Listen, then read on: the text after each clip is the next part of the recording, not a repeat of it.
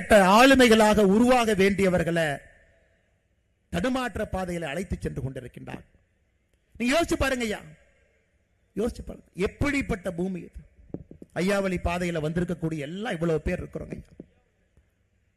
எல்லோருமே ஐயா உண்டு ஐயா உண்டு ஐயா உண்டு பெருமையா சொல்றோங்க ஐயா. அகஸ்திய மாமுனி இந்த மண்ணுல ஃபுல்லா நடந்திருக்காருங்க ஐயா. பொதிகை மலையிலிருந்து முழுசா நடந்திருக்கார். இந்த மாநிலத்தில் 50,000 கோடி ரூபாய் வருமானம் சாராயம் மூலமாக 50,000 கோடி ரூபாய் வருமானம்.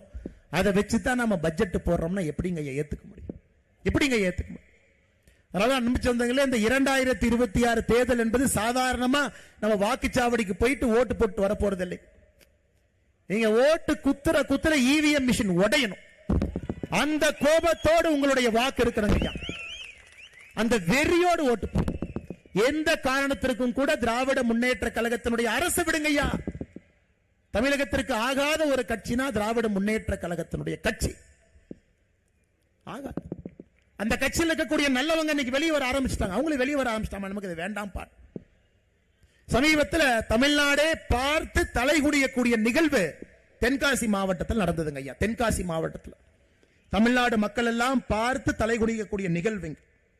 2 இடத்துல, கடையநல்லூர்ல சங்கரன் கோவில்ல இந்த 3 மொழி கொள்கைக்கு எதிராக பெயிண்ட் டப்பாவை தூக்கிட்டு போய் திமுக காரங்க அழிக்கிறன்னு கிளம்பி போனான். கடையநல்லூர்ல திராவிட முன்னேற்ற கழகத்தினுடைய முன்னாள் மாவட்ட செயலாளர் அண்ணன் செல்லதுரை அவர் போயிட்டார். கையில பெயிண்ட் டப்பா எடுத்துட்டு போயிட்டாரு. கருப்பு மை இருக்குது, பிரஷ் இருக்குது, பாக்குறாரு. இதுல ஹிந்தி எதுன்னு சொல்லி கொடுக்கலையா நமக்கு? 3 மொழி இருக்கு. ஆங்கிலமும் படிக்க தெரியல, ஹிந்தியும் படிக்க தெரியல, எனக்கு தெரிஞ்ச தமிழும் படிக்க தெரிஞ்சிருக்காது. நம்ம தலைவர் 3வது மொழின்னு சொன்னாரு.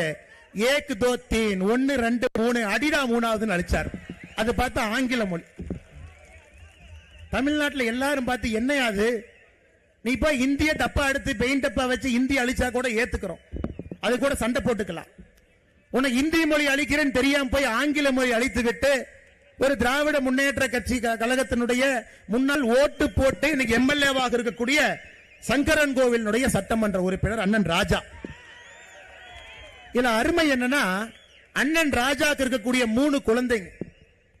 3 குழந்தைங்களும் இன்னைக்கு எந்த பள்ளியில படிக்கிறாங்கன்னா ஹிந்தி சொல்லிக்கக்கூடிய பள்ளியில படிக்கிறாங்க. 3வது மொழி ஹிந்தி. ஏன்னா அந்த குழந்தை மேல நமக்கு வெறுப்பு இல்லைங்க ஐயா. அந்த குழந்தை அற்புதமா வரணும். குழந்தையினுடைய பேரை நான் சொல்லல, எந்த பள்ளியில படிக்கிறாங்க அந்த பள்ளியினுடைய பேரையும் சொல்ல. பள்ளி மேலே நம்ம கோவில்ல அந்த பள்ளி நடத்துறாங்க, குழந்தை நல்லா படிக்கிறாங்க, சூப்பர்.